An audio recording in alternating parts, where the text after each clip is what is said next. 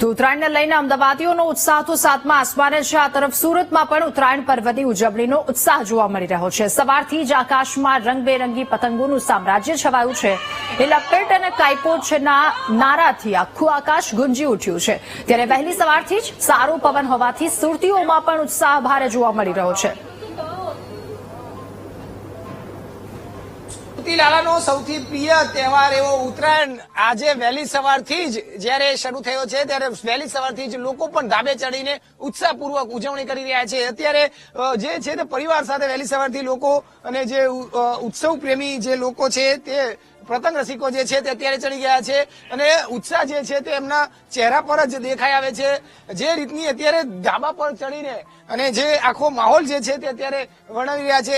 ખૂબ જ ઉમંગ ઉત્સાહ આનંદ લોકોમાં છે। તમે જણાવશો કેટલો ઉત્સવ છે આજે ઉત્તરાયણનો, કેટલી રાહ જોતા હતા? આજે અમે દુકાન બંધ રાખીને આજે અમે આ પતંગનો ઉત્સવ ઉજવશું। કેટલી મજા કરે? ઘણી મજા આવે છે સાહેબ, બહુ મજા આવે છે। સવારે 7 વાગ્યાના અમે ટેરેસ પર છીએ પણ મજા જ આવે છે। આજનો દિવસ તો આમ ક્યાં જશે અમને ખબર જ નહીં આવે। પવન કેવો છે? પવન સારો છે આજે, દર વર્ષ કરતા સારો છે। પતંગ જાય છે પવનમાં, આપણે ઠુમકા નથી મારવા પડતા પતંગને। આ વખતે કોઈ નવું સ્લોગન કેવું કઈ બનાવ્યું છે આપણે? જૂના સ્લોગન પર જ લપેટ લપેટ અને પેલા પીળીની પી, એ પેલા પીળીની પી, એ પેલા કેસરીની પી અને ખેંચીને પતંગ કાપવાના, એમાં જ મજા છે સાહેબ। તમે કહેજો કેટલો ઉત્સાહ છે આજે? શું શું પ્રોગ્રામ? તો બહુ જ આજે સવારથી ઘરમાં રસોઈ જ બંધ છે, બધું આ ઉપર જ છે। અમે તો સવારથી આવી ગયા છે, રાત સુધી ઉપર જ રહેવાના છે। વહુ છોકરા બધા અમારું આખું ફેમિલી અમે આવી ગયા છે ઉપર। બહુ જ મજા કરવાની, જમવાનું પણ અમારે અહીંયા જ છે। ઊંધિયું ને જલેબી ને પૂરી ને બધું તમે મસ્ત મસાલા છાસ પણ છે ને બહુ મજા કરવાના છે આજે। આખો દિવસ અહીંયા જ ફટાકડા બટાકડા બી ફોડવાના? શું રાત્રે અમારે દિવાળી કરશું અમે। હા, અત્યારે ઉત્તરાયણ છે, હવે રાત્રે અમે દિવાળી કરશું। હા, રાત્રે અંધારું થશે એટલે અમે દિવાળી, એની પણ ફૂલ તૈયારી છે। હા, શું કઈ રીતની આખી ઉત્સાહ, કેવો આખો પ્લાનિંગ કરી દીધો છે? અમે સવારથી એવું પ્લાનિંગ કર્યું છે, સવારે અમે નાસ્તામાં મલાઈને સાલમ પાક બરાબર, એટલે આપણો હેવી બ્રેકફાસ્ટ થઈ જાય। 1 વાગે અમારું ઊંધિયું જલેબી અને પુલાવ એનો પ્રોગ્રામ છે અને સાથે મસાલા છાશ તો કેમ ભૂલાય, એ તો જોઈએ જ, થોડું ડાયજેસ્ટ થાય મસાલા છાશથી। ને સાંજે 4 વાગે પછી હાઈ ટી, તેની સાથે ગરમ ગરમ ભજીયા, સુરતી ભજીયા આખો દિવસ। એટલે પ્લાનિંગ એવું જ છે।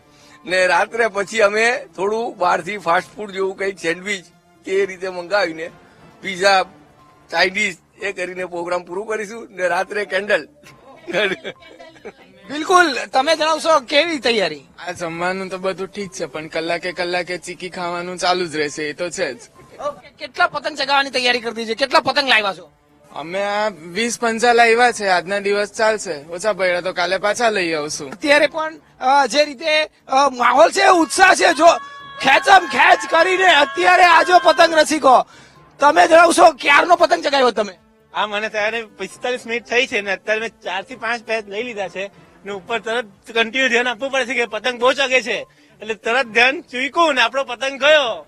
કે માહોલ એવો ગરમ માહોલ છે ઉપર પતંગમાં તો। કેવા પેચ કાપી નાખ્યા છે?